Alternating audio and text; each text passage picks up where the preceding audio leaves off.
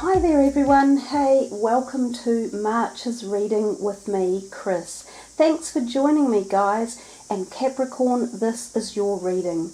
We are using 10 different cards for the month of March, so it's quite an in-depth, nice, connective reading. A lot of different decks are being used. The first card you see there is the first one for the reading. This is a numerological card which picks up the use of colour as well as the number and the words as well. Guys, I love the colour of this card. It truly is the most vivid pink, which isn't really showing up across the video camera, but it's delightful to look at. Now, pink is usually associated with love, the essence of love and peace and calmness. And then you look at the Merkaba in the middle, and that is this beautiful purpley mauve colour, and of course that's associated with the third eye, and often again calmness and knowledge and containment to the spiritual world. We then look at the words at the bottom, and it says spiritual career. So for some of you, and it won't be each and every one of you, but somehow there is a feeling of the spiritual connection for March coming up. Some of you might even want to be looking into future growth around the realm of spiritual careers, or you might know someone who is doing this in their lives and they become important or connected to you. You might even seek the knowledge or help or assistance of a spiritual career guidance person or mentor. So there are many different perspectives to look at the card, but the energies are very gentle and healing and soothing and spiritually uplifting. So that's how we're starting your reading, Capricorn. Let's zoom back out from that, and we'll move it to the side and start with the rest of the cards. We're using the Morgan Greer deck, and we're using 4 of them, and then we will put 4 cards underneath to clarify or give a greater in-depth soul connection to the meaning of the cards. Now the 4 cards are roughly 1 for each week of the month, but the timing, especially at the moment on the planet, time is very mutable and movable. So they're not fixed to each specific week. Everybody might notice a different pattern as to how the cards relate. But let's just see what's in store for Capricorn for March 2017. Your first card is the Chariot, and don't worry if it's upside down. It's not, we won't be doing reversals in this draw. It's just the way I've accidentally put them back in the pack beforehand. Then you have the 9 of Pentacles. Then you have the 10 of Wands, and then you have the 5 of Swords. That's really colourful, and interestingly enough, I see sitting above that 9 of Pentacles is such a glorious coloured card. We pretty much have that that wand there of amethyst, so I will stick that back in for the reading. It seems to have an energetic connection. So just shuffling these soul cards for you.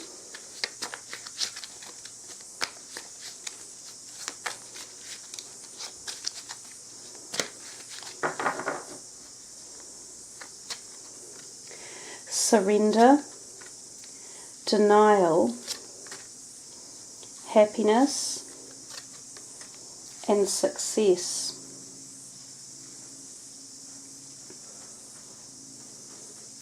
So we've got a very bright palette down the bottom with the soul cards. Now what they are, those pictures on them are mandalas. Mandalas are very powerful frequency transmitters that help to clear blockages and uplift pathways of movement forward. So the idea here is to pick one of those cards that you feel very attracted to and then work with that for the month. It's probably better not to read the words on the bottom, because that can actually be a little bit subjective or make you think, oh, I'm not going to pick that one, I'll pick one that says something more empowering. But as we work through the cards, you will see that they are all very empowering anyhow. So we have the green here that's standing out, which is your heart chakra energy, or the energy of the heart and emotions. and we have a little bit of this orangey yellow going on. That's your sacral chakra areas and solar plexus of the body. And then we have this light mauvey colour up here again, which is the third eye area, which is more up in this kind of spiritual realm. So let's start with the reading in that first card in, which is your major arcana, only one of them. It's the Chariot. I like the Chariot card. I see he has two ecliptical moons on his shoulders. He also has one up here on his wand. This could be in reference to the fact that we have recently had the eclipses in February. In fact, I'm undertaking this reading before the second eclipse, which I think is the 25th, and that is going to be set to be a very big one with energetic frequencies that create a lot of change and moving forward. I also note this over here in reference to the sun, and I see it's very red, that the way it can look for an eclipse. So eclipse energy is part of the transition for you guys, and I think you will be feeling it at a personal level, sometimes to do with change and moving forward. So the Chariot, I always think, is an optimistic, powerful card. He looks powerful. He is in control of his chariot and those two beautiful big horses. Now, the Chariot card often refers to us knowledge very much at the spiritual or esoteric level. It's about the total reality that everything in life has an opposite, and opposites attract because they usually make up the other half of us, so the other half of everything. If you look at the horses, they're black and white. There's night and dark, there's moons and there's suns, there's movement, there's knowledge that he holds within his power. So power is not just physical, but it's mental as well. So the Chariot tells us that great strength can be coming your way. It can also be talking about the fact that there could be something to do with vehicles that you own or that are driven on, usually on a road. So this could be about your own vehicle, whether it's a car or a motorbike or a truck or a van. Some of you could be going on a road trip or planning a holiday that involves driving. Now, the other perspectives are there could be some unknown cost that suddenly pops up with your vehicle. So sometimes people are advised to keep a bit of money aside, or and don't lose your keys to your car. That can happen when the Chariot's out. Another thing about the Chariot is it can suggest a shifting of home address or moving out of home one way or another. This can be due to growing up or moving on, the next stage of the journey, because this is a journey, or it can be to do with careers and jobs. Sometimes jobs take us to a different destination, a place where we have to change to move cities or states or even countries.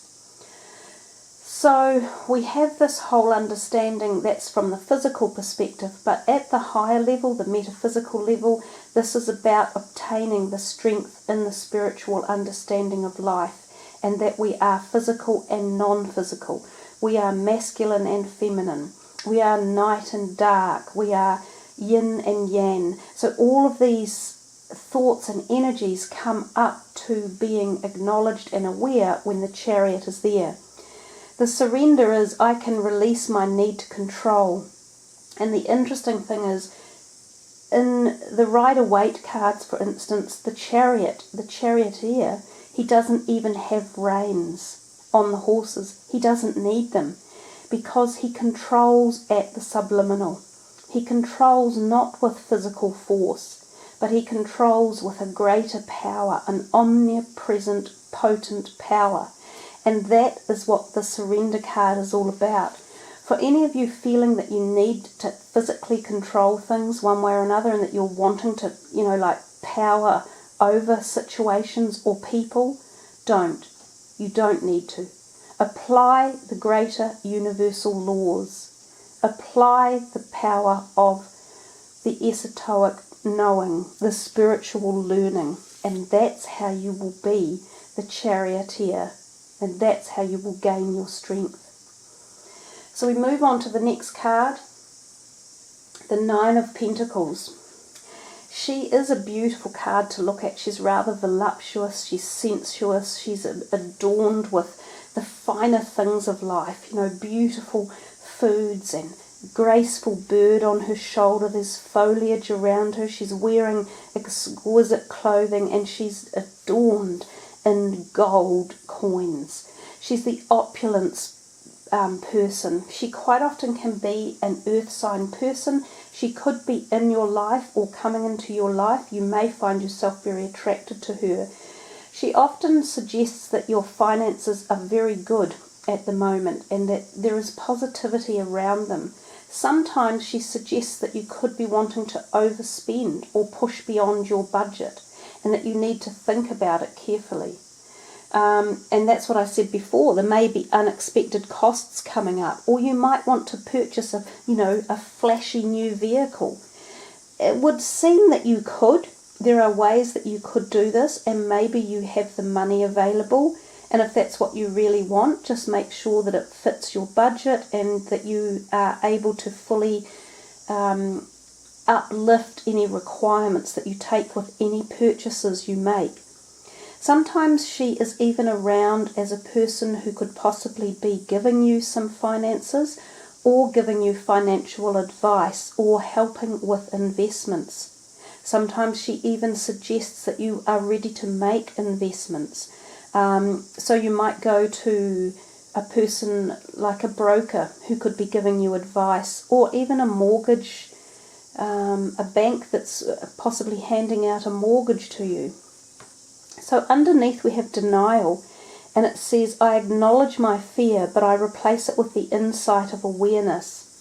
So there's no doubt here that we don't want to see you denying your finances, and we don't want to see you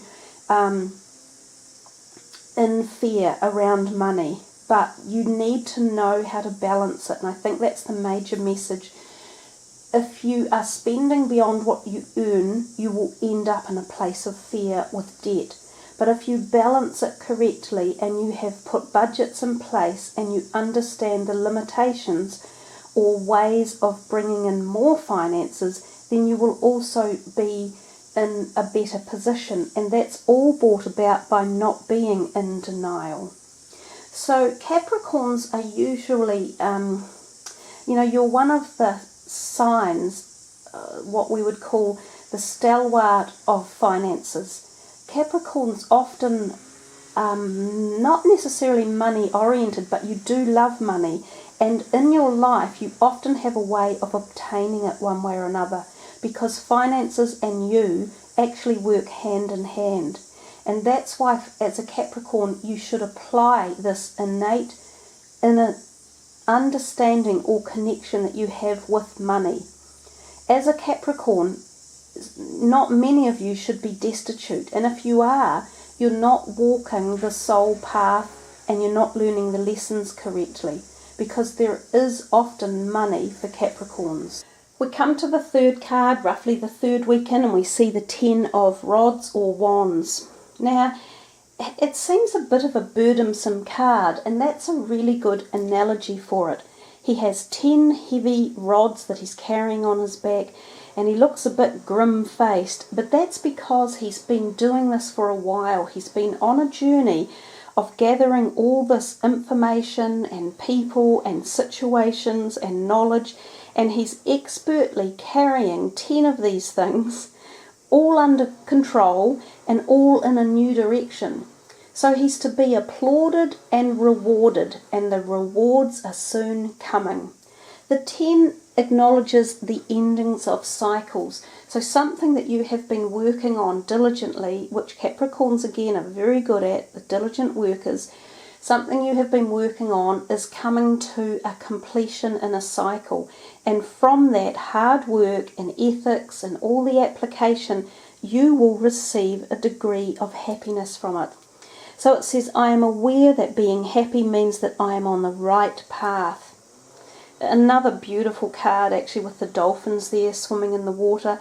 But oftentimes when you've been working really hard with this direction of something that you're taking, And sometimes this can be a creative direction or a career-related direction. It can also be relationships that have just been hindersome. I don't even know if that's a word, but I'm making it up. There have been things that have just been, heavy going, and you've been plodding along, and someone else sticks their 2 cents in, and someone else pulls out, and someone else adds another thing, and you're going, oh, really? God, can I keep going? Yes, you can, because at the end of this is happiness. So you've done well, keep going, applaud yourself, and accept the rewards when they come. The last card here is the 5 of Swords. Now, interestingly enough, the card beneath it says success. And success is often what this card is, but it's how you go about it. This card can refer to 3 people and disagreements, and often there's verbosity or, verbal communication, arguments, terse words. And there's disagreements, so there are people around you, they can be air sign people as well, that are somehow like things aren't going the way you want them, and everyone's argy-bargy, and no one's agreeing necessarily. And when this card turns up in your reading, this is like you here, and you have stood up and said your piece, and you're pretty determined, and you go, so this is how it's going to be, and it's going to be this way. And the others give up and they walk off. So you're left the victor, you're left with success. But if you don't handle it right, you're also left with what? Maybe friends you've lost along the way, an empty feeling, so empty victory. What's the point of that?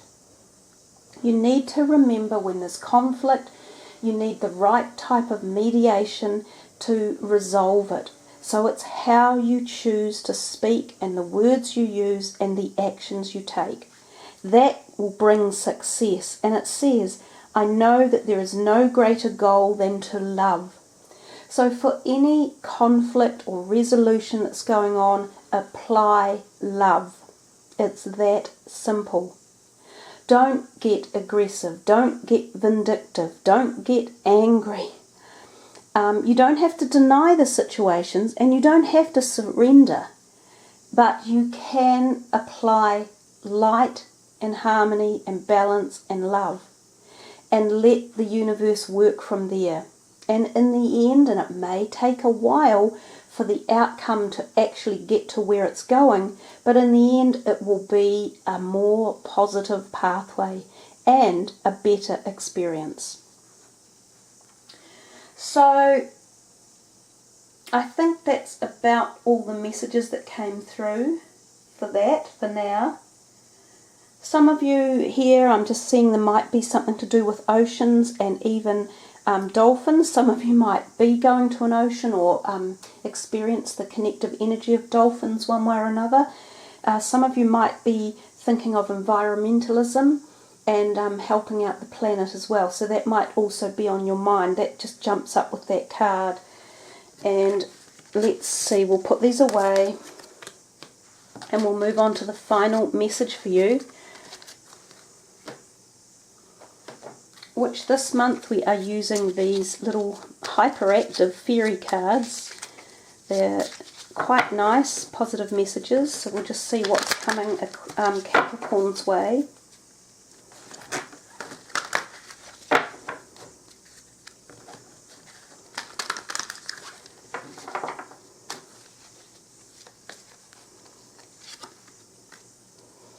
Winter. Oh, we're back again with this beautiful purple, again just coming over us. So there is a really spiritual connection going on somewhere for some of you, and it may not be that you're thinking of a spiritual career, but there is definitely some spiritual activation taking place, or whether you're seeking counselling or help or support or looking in that realm for some sort of balance. The Winter card says the answers to your prayers and affirmations are fully realised in the winter months. Now, if we split the Earth into 2 hemispheres, which it is, in the northern hemisphere you are in winter right now. So for some of you, there's something going on right at this point in time, and it will be activated around now. So if you have been asking for something specific to the universe or to your spirit guide helpers, you're going to be receiving guidance in that direction, and you will be receiving a pathway going forward. It's also up to you to see these when they open, to understand them, acknowledge them, and uplift them. It's no good looking at it from a distance and going, oh yeah, great, I sort of see that opening happening, but I'll wait for it to come to me. No. Once you see the thing that you believe it to be, or the chance or the opportunity, you grab it with both hands. For anyone from the southern hemisphere watching, we are of course in the heat of summer right now, as the cicadas singing outside the window are making us know. But for us, winter is in the middle of the year, so it's a little way off. So you've got a few months yet to have this activation of your desires that or something, a passion or a dream that you have on your mind. It's a wee way off. You've yet got to put a bit more planning into it, and you yet have to feed it more positive affirmation. So it requires a bit more energy from your end. It's not fully, it's not lit, is what I'm getting the message. You know, when you go to light a match and you have to strike it on the match box, and you can try it a few times and it may not ignite straight away, but you keep going, right? And eventually you'll strike it hard enough and the match will take connection, and the flint will work and the light will happen and the fire starts. So it's that type of thing. I'm getting the message for you guys that have still got it to come. You haven't activated it enough, you haven't put enough tries or efforts into it, and you just need to keep going. And that's a little bit like that 10 of Rods card. You're getting there, so don't give up. Like, don't think it won't happen, it's coming. So just keep going and don't give up. So there you are, Capricorn. I think you had a lot of nice messages coming through, quite strong and quite determined to tell you things, as well as a timing card as well. Not many have had a timing card, so that should give you insight into either keeping your passions and prayers and affirmations going, or keeping an eye out to see them evolving and grabbing the opportunity. So thank you, Capricorn. I love you all. Thank you for liking, subbing and leaving your comments, which I really love reading. And I wish you all the very best for a great March ahead. Have much fun, everyone. Laughter and love. Namaste.